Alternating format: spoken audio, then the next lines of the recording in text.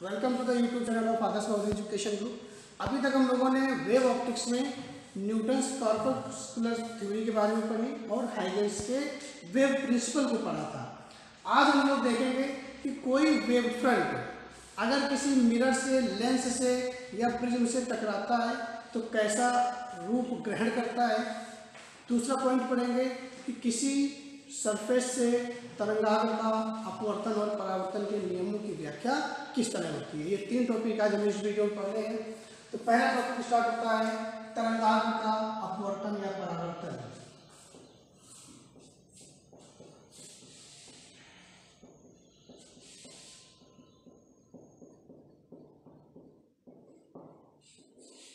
अपवर्तन के नियमों की व्याख्या नहीं कर रहे, यहाँ पर हम अपवर्तन किस प्रकार होगा यह सीखेंगे, इसके बाद नियमों की व्याख्या करेंगे। तो समझिएगा, मान लीजिए कि कोई एक समतल तरंगाग्र, समझिएगा ध्यान से, ये एक समतल तरंगाग्र है और यह किसी लेंस से अपवर्तित होता है। मान लीजिए इसके सामने कोई उत्तल लेंस रख दिया जाता है। ध्यान से समझेंगे इस पॉइंट को। तो जब यह पार्ट इससे टकराएगा तो इसके द्वारा और इस भाग के द्वारा, एक ये पार्ट हो गया। तो आप सोचिए, इसको सघन माध्यम में कम दूरी तय करनी पड़ी, इसको सघन माध्यम में अधिक दूरी तय करनी पड़ी, इसको भी ज्यादा दूरी तय करनी पड़ी, इसको कम दूरी तय करनी पड़ी। तो इसका मतलब है कि ये जो पार्ट है यह पहले निकल जाएगा, ये थोड़ा सा पीछे रह जाएगा, ये और पीछे रह जाएगा, ये थोड़ा आगे निकल जाएगा। तो जो शेप बनेगा वो कुछ ऐसा बन जाएगा। बात समझने के लिए समझिएगा, जब किसी समतल तरंगाग्र का लेंस से अपवर्तन होता है तो वह गोलीय तरंगाग्र में परिवर्तित हो जाता है। बात समझ में आ गई कि नहीं आ गई? सपोज करो अगर यह कोई गोलीय तरंगाग्र आता है इस तरह से, ये कोई गोलीय तरंगाग्र है जो आगे बढ़ता है, तो ये पार्ट पीछे रह जाता, ये इससे अपवर्तित हो जाता, ये पार्ट पीछे रह जाता। लेकिन इसको सघन माध्यम में अधिक दूरी तय करनी पड़ती, तो ये पार्ट देर से निकलता और ये पहले निकल जाता है इस तरह से। तो ये जो तरंगाग्र है ये एक समतल तरंगाग्र का रूप धारण कर लेता। लेकिन एक चीज ध्यान रहे, इसकी जो वक्रता है वह वक्रता लेंस के अकॉर्डिंग होनी चाहिए।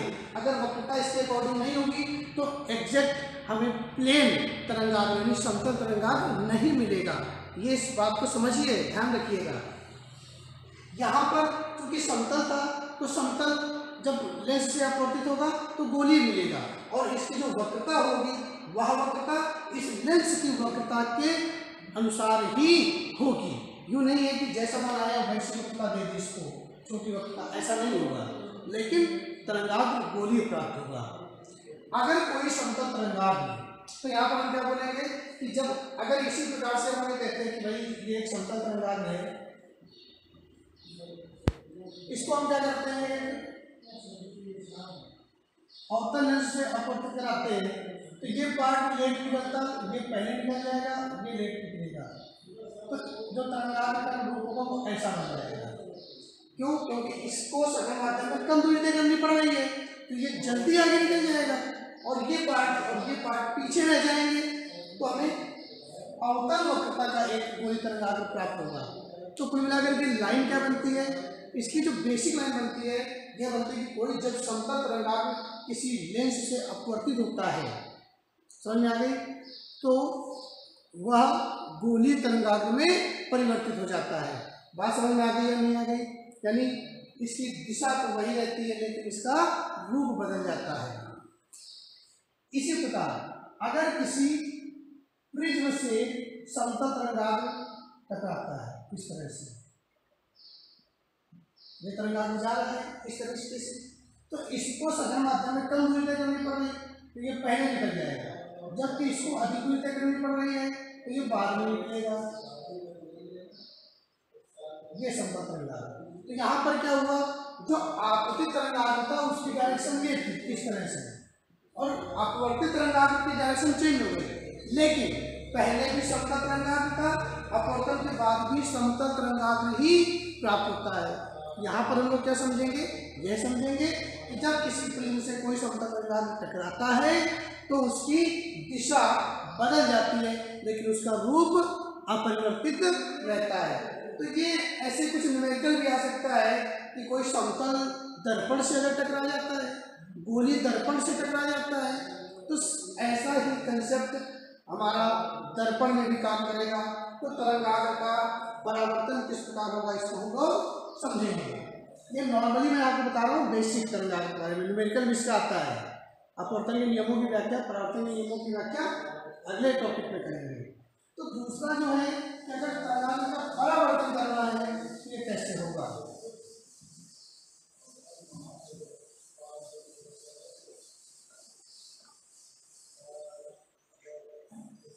देखिए परावर्तन का मामला कैसे समझा जाएगा। परावर्तन में मान लीजिए कि आपके सामने कोई समतल दर्पण रख दिया जाता है, समझ में आएगा, और इस पर एक कोई इस तरह से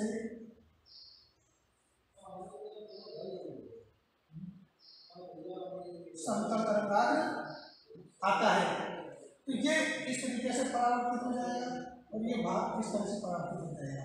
तो देखिए जाना था तरंगाग्र को इस डायरेक्शन पर और ये चला गया इस डायरेक्शन पर, तो हम लोग यहाँ क्या समझेंगे कि जो समतल तरंगाग्र था वो समतल ही रहता है। समतल दर्पण से परावर्तन के पश्चात तरंगाग्र की प्रकृति नहीं बदलती है जबकि दिशा बदल जाती है।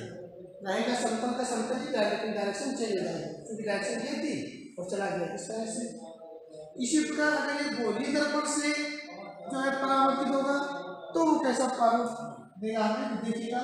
मान लीजिए गोलीय अवतल दर्पण आपने ले लिया, यहाँ से कोई समतल तरंगाग्र इस तरह से इससे टकराता है तो ये भाग पहले ही टकरा जाएगा, ये भाग देर से टकराएगा मतलब वापस आएगा, और ये भाग भी क्योंकि इससे भी पहले ही परावर्तित हो गया तो पहले ही मिल जाएगा। अब इनको मिला करके जो सरफेस बनेगा वो भी एक गोलीय तरंगाग्र ही देगा। तो समझने की बात यहाँ पर हमको क्या आया, हमें ये समझ में आया कि समतल तरंगाग्र किसी गोलीय दर्पण से परावर्तन के पश्चात गोलीय तरंगाग्र का रूप बना देता है और इसकी जो वक्रता है वह उसी वक्त जो दर्पण लिया गया है उसकी वक्रता के अकॉर्डिंग ही होगा। जैसे मान लीजिए आपने कोई उत्तल दर्पण ले लिया, अब कॉन्वेक्स मिरर अगर लेंगे तो वही कहानी, ये पार्ट पहले परावर्तित होगा, ये पार्ट बाद में होगा, और ये पहले परावर्तित हो जाएगा, ये वाला पार्ट बाद में होगा तो कुछ पीछे रह जाएगा। अब इनसे हम लोग देखेंगे कि एक फिर गोलीय तरंगाग्र प्राप्त होता है। तो इसका जो की पॉइंट है वो क्या है, इंपॉर्टेंट है, ध्यान रखिएगा।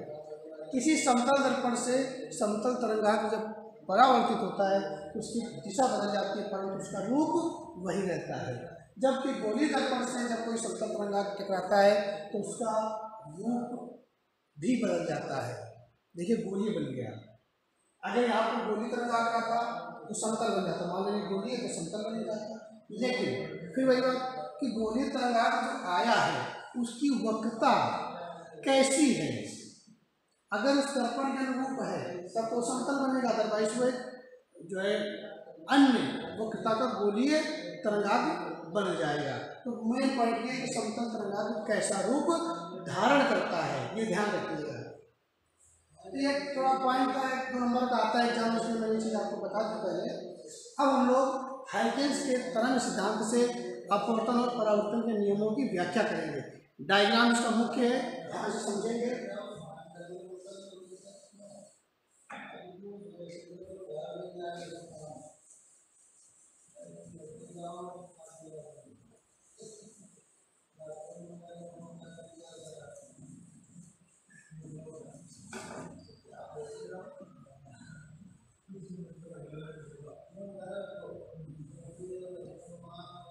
चलिए तो अब हम बात करेंगे हाइजेंस के तरंग सिद्धांत से परावर्तन के नियमों की व्याख्या।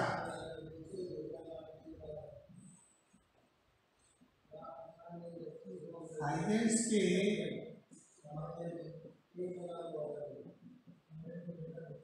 तरंग सिद्धांत से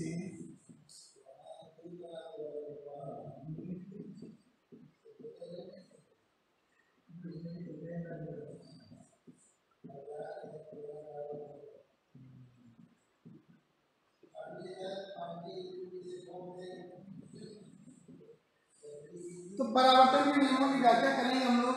देखिए कैसे क्या है, तो इसमें मुख्य रूप से हम लोग ये देखेंगे कि किस तरह से परावर्तन होगा। तो देखिएगा ध्यान से, मान लीजिए आपके पास ये एक समतल दर्पण या मान लो एक परावर्तक सतह z डैश दी गई है। इस पर कोई समतल तरंगाग्र इस तरह से तिरछा आपतित होता है।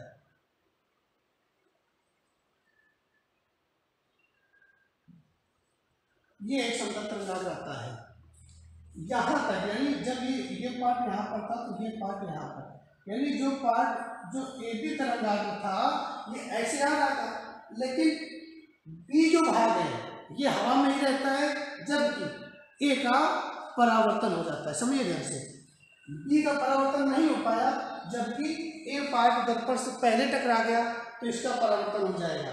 हमने यहाँ पर एक अभिलंब खींच दिया, अभिलंब खींचने के बाद ये हो गया आई हो गया, और इस भाग यानी ए भाग का पहले ही परावर्तन हो गया। बात समझ में आ गई कि नहीं आ गई? तो ये एंगल जो बन जाएगा ये आर बन गया, जो कि आई के बराबर होगा परावर्तन नियम से। बी से ये पार्ट जब बी डैश पर पहुंचता है, ध्यान से सुनिएगा, जब बी पार्ट बी डैश पर पहुंचता है तब तक ए पार्ट कुछ आगे निकल जाएगा। क्यों? मान लो बी से बी डैश तक जाने में लगा समय टी है, बी से बी डैश तक लगा समय टी है, तो दूरी बी बी डैश बराबर, दूरी बराबर 4 इंटू समय। सी क्या है? चाल, प्रकाश की चाल निर्वात या हवा में, तो मान लो हवा या निर्वात है, तो ये जो बी बी डैश है ये सी टी के बराबर हो जाएगा। मैंने क्या किया, इस एक जो परावर्तित भाग है इस पर एक सी टी लंबाई का चाप बना दिया, यहाँ प्रकार रखा, और जितना बी बी डैश उतना ही बड़ा एक चाप मैंने ए डैश खींच दिया। तो यानी जो ए डैश है, ए डैश बराबर बी सी टी हो जाएगा। मैंने उसी लंबाई, मान लो अगर ये 10 सेंटीमीटर है तो मैंने 10 सेंटीमीटर का ही इस पे आर्क लगाया, और इस आर्क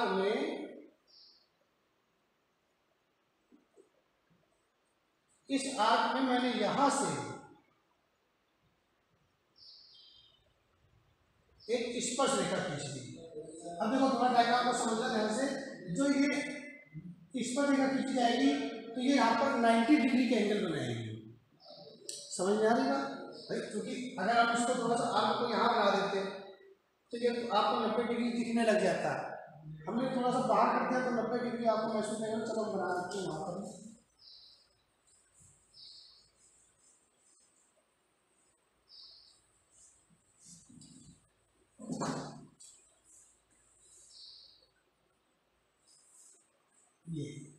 ये आप बता देते, ओके।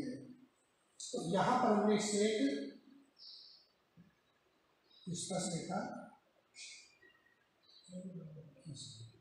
ये, तो ये स्पर्श रेखा इस पर 90 डिग्री का एंगल बना देगी।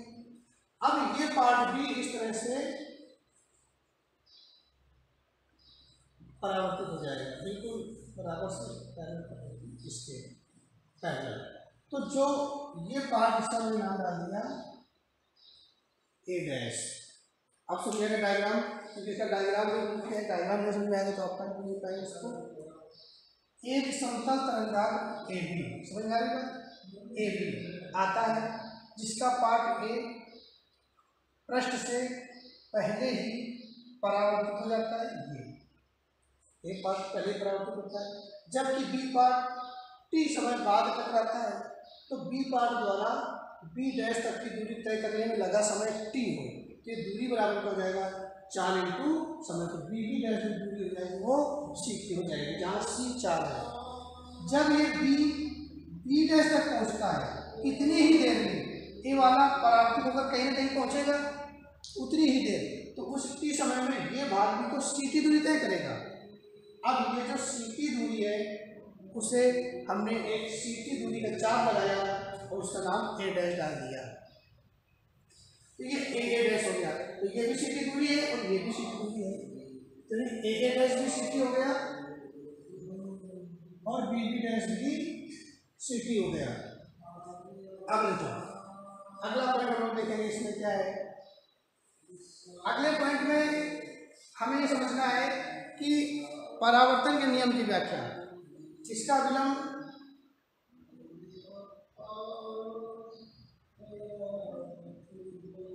ये विलंब, इसका पहला विलंब n1 है, इसका विलंब n2 है। तो पहला नियम तो यही हो गया। पहले नियम की व्याख्या इस पर ध्यान दे रहे कि आपतित तरंगाग्र ए बी, आपतित तरंगाग्र ए बी, परावर्तित तरंगाग्र कौन सा है ए डैश बी डैश, एवं अभिलंब n1 n2 एक ही तल पर है। समझ में आएगा? तो क्या लिखेंगे आपका आपतित तरंगाग्र ए बी, परावर्तित तरंगाग्र ए डैश बी डैश व अभिलंब n1 व n2।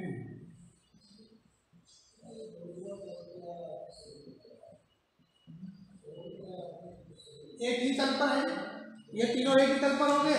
अब हमारे पास है दूसरा नियम क्या होता है, आपतन कोण बराबर परावर्तन कोण। ये चीज हमको समझनी है, तो देखना ध्यान से मैं क्या बता रहा हूँ। उस पर दो ट्रायंगल बना देता हूँ मैं अलग अलग, ए डैश बी डैश, समझिएगा ए डैश बी डैश,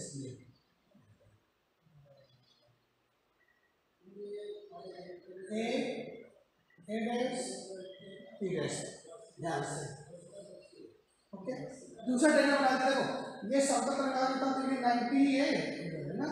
दूसरा बनाएंगे ए बी बी डैश,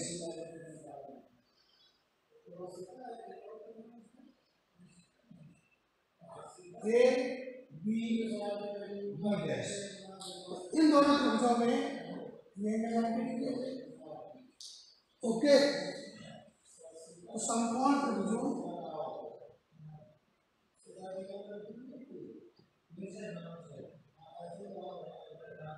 कौन कौन सा, ए डैश बी डैश व ए बी बी डैश में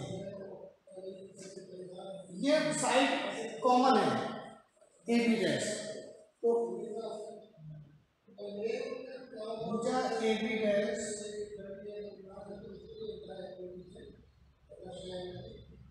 उभयनिष्ठ है। दूसरा पॉइंट क्या है, ए डैश बराबर बी बी डैश, यानी ये साइड इस साइड के बराबर है। क्लियर हो रहा नहीं हो रहा है भाई, ये जो दूरी है ये इस दूरी के बराबर है, तो ए डैश बराबर बी बी डैश। और इसका जो एक एंगल है वो राइट एंगल है। 10th में आपने थ्योरम पढ़ी होगी राइट एंगल थ्योरम से। तो राइट एंगल थ्योरम में क्या होता है कि अगर कोई दो साइड आपस में बराबर है और एक एंगल 90 डिग्री है तो वो दोनों त्रिभुज समरूप त्रिभुज और समबाहु त्रिभुज कहलाते हैं। तो साइड भी इक्वल है तो ये समबाहु त्रिभुज हो गए।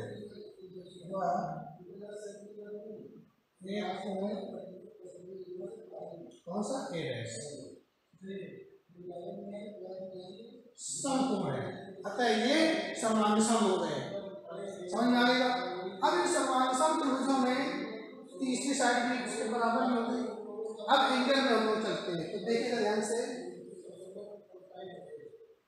ये एंगल आई है आर है, इस ट्रायंगल का समझिए तो एक तो ये ट्रायंगल आपके पास है और एक ये ट्रायंगल है, तो इनका हम लोग एंगल लिख लेते हैं। तो 90 था। अब इसके बाद इस एंगल को लिखता हूँ मैं, देखना ध्यान से, ये आई है, ओके, ऐसे समझो, मैं अलग बना देता हूँ, ये पार्ट, ये बी पार्ट है, ये ए पार्ट है और ये इसका अगला है। तो ये पूरा 90 है, समझ आ रही बात? बी के साथ जो बना ये पूरा 90 है, यहाँ तक ये पूरा 90 है। चित्र ध्यान से देखना, ना समझ आए वापस बता दीजिएगा। ये पूरा 90 है, कितना आई है, ये वाला पार्ट है, तो ये कितना होगा, 90 माइनस आई हो जाएगा। तो ये वाला पार्ट जो है, ये वाला पार्ट 90 माइनस आई है। अब चूंकि ये पूरा 90 है, ये तो अभिलंब ही है, तो जब ये 90 हो गया, ये 90 माइनस आई, तो ये आई होगा या नहीं होगा? जब ये आई है तभी तो ये 90 माइनस आई होगा, क्योंकि ये पूरा तो पूरा 90 था। तो ये पार्ट जो बी के साथ जो एंगल बना, ये वाला, ये एंगल आई हो गया, ये एंगल आई बन गया आपका। दूसरे एंगल की हम लोग बात करते हैं, इधर लोग चर्चा करते हैं। देखिए दूसरे साइड में आएंगे आर के लिए, तो आर कितना हो जाएगा, ये परावर्तन कोण आर है, ये इस पर अभिलंब खींचा, अभिलंब पर स्पर्श रेखा है, तो ये एंगल 90 हो जाएगा। तो ये अभिलंब देखो, ये स्पर्श रेखा थी और ये परावर्तित भाग है, तो ये 90 है। और ये पार्ट जो है ये कौन सा है, ए डैश वाला पार्ट, ठीक है ना। तो ये जो बी डैश है, ये पार्ट 8 डिग्री है, ये 90, तो ये बचा हुआ एंगल कितना है, 90 माइनस आर हो जाएगा भाई, ये टोटल 90, 90 में आर घटा देंगे, 90 माइनस आर। अब देखिएगा ध्यान से, ये ए डैश के साथ बात कर रहा हूँ मैं, तो ये बचा हुआ एंगल कितना होगा, ये वाला, तो ये बचा हुआ एंगल क्योंकि ये 90 है, तो ये आर होगा तभी तो 90 माइनस आर बनेगा, तो ये एंगल आर होगा, तो इसका ये वाला एंगल आर हो गया। अब इन दोनों त्रिभुजों में देखें तो ये भुजा ए डैश बी डैश और ये भुजा ए बी आपस में बराबर है, क्योंकि समान प्रूफ हो गए। तो ये भुजाएं समान होने के कारण, समझ आ रही बात, समान होने के कारण इनके सम्मुख कोण भी समान होंगे, समझ आ रही बात। अतः एंगल आई बराबर एंगल आर। समझ में आया नहीं आया, कोई दिक्कत हो तो आप कमेंट बॉक्स में इसको डाल दीजिएगा, मैं आपको क्लियर करा दूंगा पॉइंट। तो पहला तो है आपकी तरंगांक ए बी, ए बी और परावर्तित तरंगांक ए डैश बी डैश एवं अभिलंब n1 व n2 एक ही तल पर स्थित है। दूसरा नियम है कि आपतन कोण आई एवं परावर्तन कोण आर आपस में बराबर है। इससे हाइगेंस के तरंग सिद्धांत से परावर्तन के नियमों की व्याख्या स्पष्ट रूप से होती है। अब हम लोग बात करेंगे अपवर्तन के नियमों की व्याख्या। तो देखिए अपवर्तन के नियमों की व्याख्या को हम समझने के लिए क्या करेंगे, इसको डाल देता हूँ, कोई प्रॉब्लम हो तो आप कमेंट बॉक्स में डाल दीजिए, ठीक है।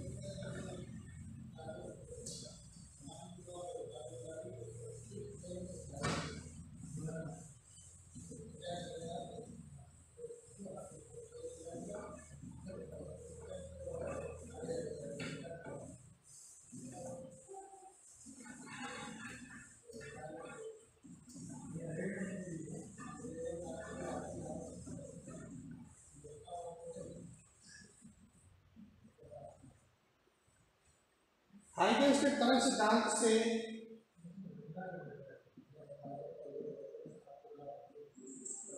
अपवर्तन के नियमों की व्याख्या। अपवर्तन में क्या होगा कि एक पूरा का पूरा तरंगांक एक माध्यम से आकर दूसरे माध्यम में प्रवेश करेगा। चलिए इसका पहले हम डायग्राम बनाते हैं। ये कोई एक अपवर्तक सतह जेड जेड डैश है। अब जेड जेड डैश है, इस पर कोई एक समतल तरंगांक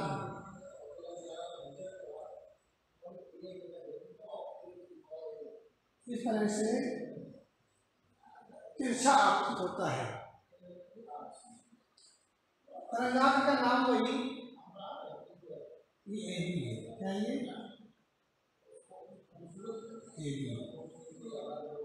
ए बी तरंगाग्र है। अब देखिए ए पार्ट यहाँ पर पहले टकरा जाएगा, इसके बाद बी पार्ट टकराएगा ना, कुछ टाइम लगेगा उसको पहुंचने में, तो इसका रिफ्लेक्टिव इंडेक्स म्यू1 ले लिया। और यहाँ पर प्रकाश की चाल को मैंने v1 से शो कर दिया।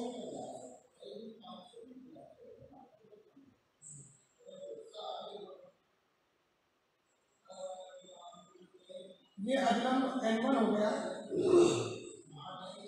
पार्ट ए पहले ही अपवर्तित हो जाता है, यहाँ पर इसकी चाल मैंने v2 मान लिया, इसका रिफ्लेक्टिव इंडेक्स म्यू2 ले लिया। ओके, अपवर्तनांक म्यू2 ले लिया। ये आपका कोण आई हो गया।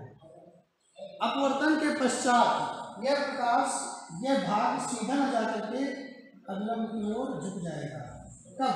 जब म्यू2 इज ग्रेटर देन म्यू1 ले लिया जाएगा। ये सघन माध्यम है, ये गिरन है।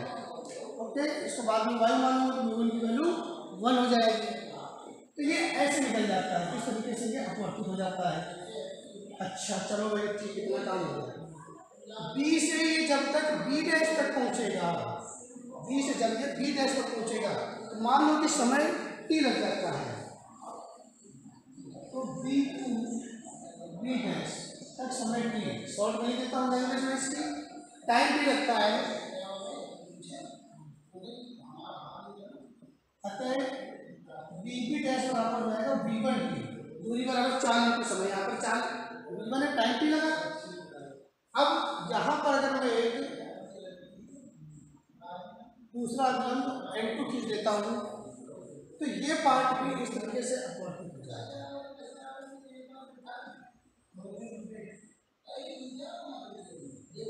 ऐसे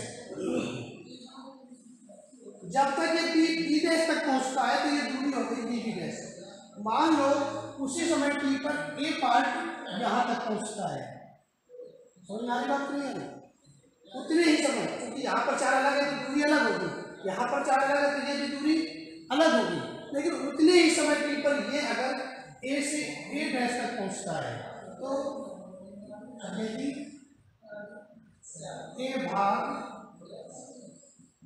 अपवर्तन के पश्चात टी समय में ए डैश तक पहुंचता है, तो ए डैश बराबर हो जाएगा v2 टी। चाल v2 है ना, तो दूरी बराबर 4 इंटू समय, तो ये जो दूरी है ये टाइम वही है, और चाल v2 है, तो v2 दूरी बराबर 4 इंटू समय। और मैंने बी डैश से इस पर एक स्पर्शरेखा डाली। स्पर्शरेखा हमेशा लंब होती है, क्योंकि समतल तरंगाग्र से आ रहा था, तो ये तो हमेशा ये 90 हो गई होगा। अब एंगल का डिवाइडेशन कर लेंगे हम लोग, देखो क्या हो जाएगा। तो पहला नियम जो होता है वो यहाँ पर मैं साइड कर देता हूँ। पहला नियम क्या हो गया कि आपतित तरंगाग्र ए बी, अपवर्तित तरंगाग्र ये ए डैश बी डैश, भाई आया ए बी का और ये ए डैश बी डैश अपवर्तित है, तो आपतित तरंगाग्र ए बी, अपवर्तित तरंगाग्र ए डैश बी डैश एवं अभिलंब n1 n2 एक ही तल पर स्थित है, ये हमको दिखाई दे रहा है। तो पहला नियम तो ये हो गया। अब हम लोग दूसरे नियम के बारे में चर्चा करेंगे। दूसरा नियम क्या होता है आपका, साइन आई अपॉन साइन आई। तो आई और आर पता हो, उसका साइन ले ले, तो देखो क्या होगा, सुनिए ध्यान से। ये आई है, वही कहानी, ये 90 माइनस आई हो जाएगा, ये चूंकि 90 है तो, और ये 90 माइनस आई, तो ये आई होगा ना, फिट है होगा। चलो भाई, ये ये पूरा 90 था, तो ये बचा हुआ क्या हो जाएगा, ये हो जाएगा 90 माइनस आर, और ये बचेगा आर। तो साइन आई और साइन आर ले लेंगे, तो साइन आई बराबर क्या हो जाएगा, समकोण त्रिभुज ए बी बी डैश में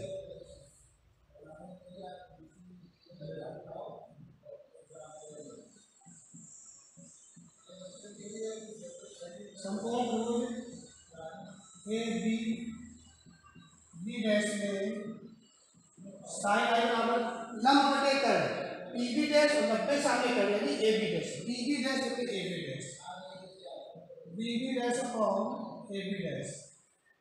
नेक्स्ट लिख सकते हो बीबी डैश क्या है, B1T अपॉन एबी डैश। पुनः संपूर्ण त्रिभुज B dash A dash A या ए डैश बी डैश,